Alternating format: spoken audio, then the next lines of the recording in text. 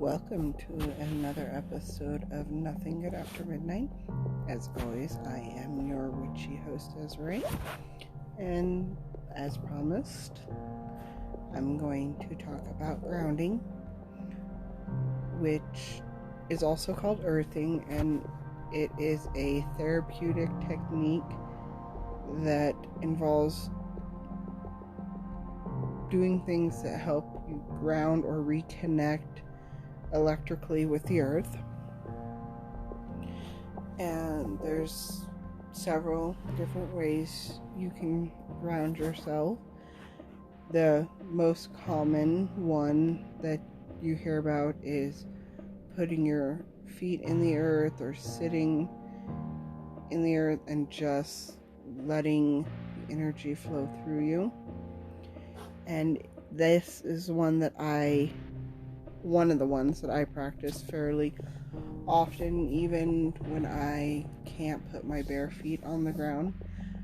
My porch is made out of cement, so most every morning, unless it is too cold, I will get the kids breakfast, get them set up with a show or a book playing so that they are taken care of, they don't need anything, make sure they have breakfast, drinks, and then I will go sit on the porch and just listen to the sounds around me, the birds, the wind, the trees losing their leaves this time of year, and just feel the natural breeze and fresh air on my skin, and just try to help myself prepare for the coming day. Depending on how warm it is, I will either have a cigarette and then sit out there and have a cup of coffee, and the kids will come out when they finish breakfast and run around. If it's too cold, they stay inside, and I'll just come in after a cigarette and then just try to make a point to go out and sit as often as I can throughout the day. And it may sound silly, but it actually helps me keep from getting overwhelmed by my anxiety, because my anxiety gets really high around the holidays. So does my depression. It's just my mental health starts to suffer really bad around about August, September. I start to slip down the hill. So it's helped me kind of navigate that, to just be in nature. And the benefit of that, other than I've been feeling, is that I've been doing it so often that a lot of the local wildlife, like the deer in the yards, the bucks specifically, have gotten so used to seeing me there that they actually will get close enough that I can get good pictures of them. There's one that will literally walk up to the porch and just be near me, and it's just such an amazing experience and helps me feel more in tune with nature. Another way that you can ground yourself is very similar. Looking at the sky. If you can see the stars at night, just looking at the stars and the moon and the planets and feeling the energy from the night air can also help ground you. I like to do that before I go to bed. Just be outside for a little while, let the cold night air surround me till I'm about as cold as I can stand to get, and just look at the sky and the moon and just let it kind of help calm my energies. And then I'll come in and get under my nice warm blankets, and typically it makes it easier for me to fall asleep. Crystals are another great way to ground yourself, where they are of the earth. They can help you ground yourself if you don't live somewhere that you can actually go and ground yourself in nature. Just wearing crystals can also help you ground yourself. Some of the more popular ones are like black obsidian, black tourmaline, bloodstone, carnelian, citrine, hematite, jade, turquoise, red calcite, jasper.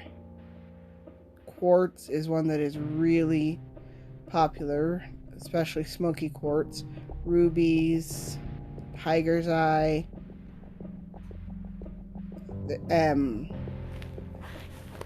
In my, let's see if I pull it over here. I've already taken it off for the night because I don't like wearing necklaces to bed.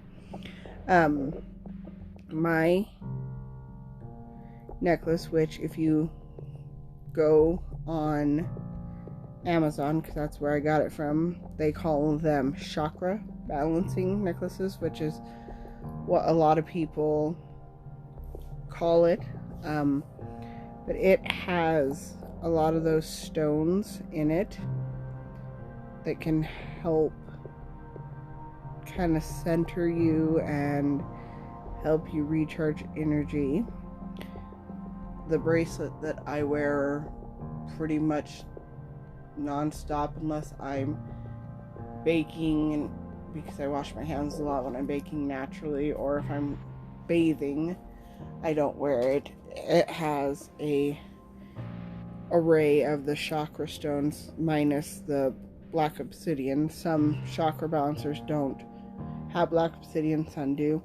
But my favorite ones that I like to wear and use crystal-wise is tiger's eye, quartz, smoky quartz, or I really like purple quartz as well. Like I said, black obsidian. I like jade and turquoise a lot, tourmaline. And you can look up all these crystals, and if it's requested, I can do a more in-depth one on what each crystal does. If there's a certain thing that is bothering you, write into me and I can do podcasts about how each crystal can help deal with each ailment or worry that you have, and direct you to resources for good places to acquire those. So just write me. The links on my page, it'll be in the description for my email address. Just hit me up and I can always help you. And if there's enough interest, I might just do a whole podcast episode, because getting to talking about crystals and their benefits could take up 20-30 minutes, and I don't want to focus on that as much in this episode unless it's requested. Then, like I said, I'll give it its own episode.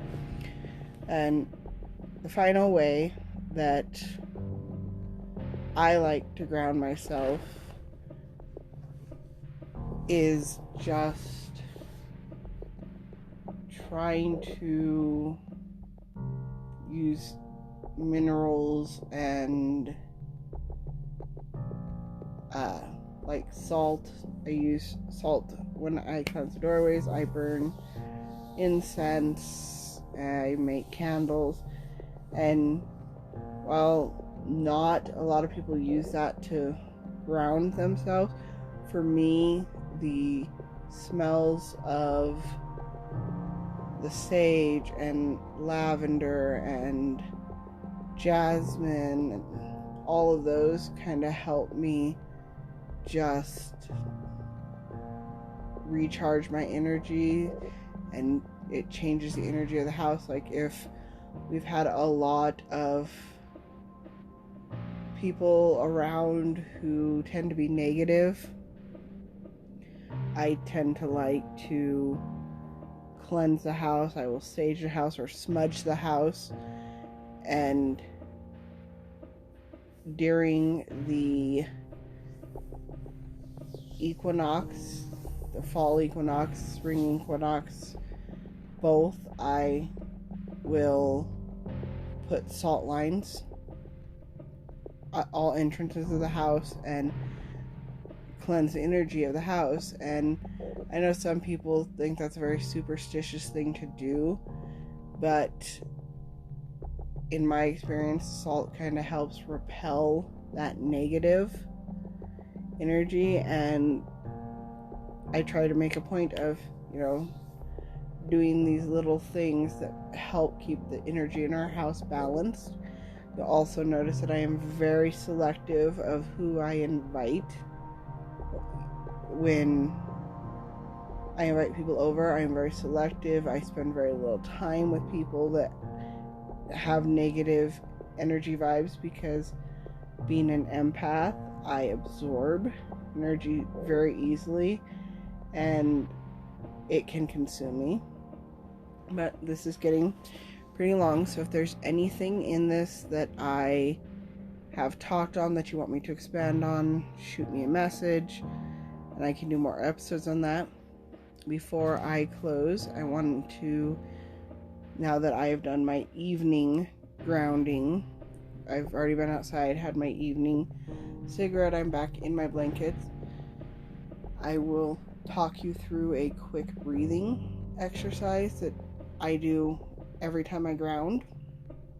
And it's just taking a really deep breath with my eyes closed and kind of just putting my palms up, eyes closed, palms up, and just kind of breathe out slowly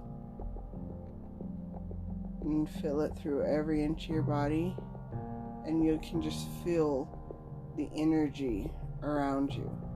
And just keep taking deep breaths and letting them out slow, and just feel your energy and your aura changing, and just focus on any part of you that feels sore or negative, and try to discover what it is you need to make that part of you feel better.